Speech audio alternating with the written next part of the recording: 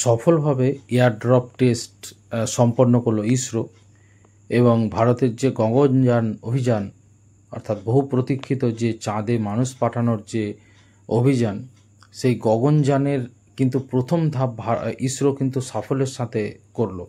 Indian space organisation, research organisation, আপনারা জানেন এই এয়ারড্রপ সিস্টেম কিন্তু একটি মারাত্মক ব্যাপার। তার কারণ এতে সফলভাবে যে নভশ্চর যিনি মহাকাশে যাচ্ছেন তাকে সফলভাবে পৃথিবীতে নামিয়ে আনে। অর্থাৎ আপনারা জানেন যে কোনো জায়গায় ওঠা, পাহাড়ে ওঠা বলুন বা মহাকাশ স্টেশনে যাওয়া বা গগনযান চন্দ্র অভিযানে যদি ভারত সফলভাবে যায়ও, ফেরার পথটা কিন্তু অত্যন্ত কঠিন। আমরা জানি কল্পনা চাওলা যিনি মার্কিন যুক্তরাষ্ট্রে নাসার হয়ে গিয়েছিলেন, ভারতীয় বংশোদ্ভূত, তিনি মারা গিয়েছিলেন কিন্তু ফেরার পথ, অর্থাৎ ফেরার সময়টা সবথেকে ডেঞ্জারাস। সুনিতা উইলিয়ামসের ক্ষেত্রে যেই জন্য এত দেরি হলো আমরা জানি যে অনেক দেরি করে মাত্র কয়েক সপ্তাহের জন্য গিয়েছিলেন, তাকে কয়েক মাস কাটাতে হলো।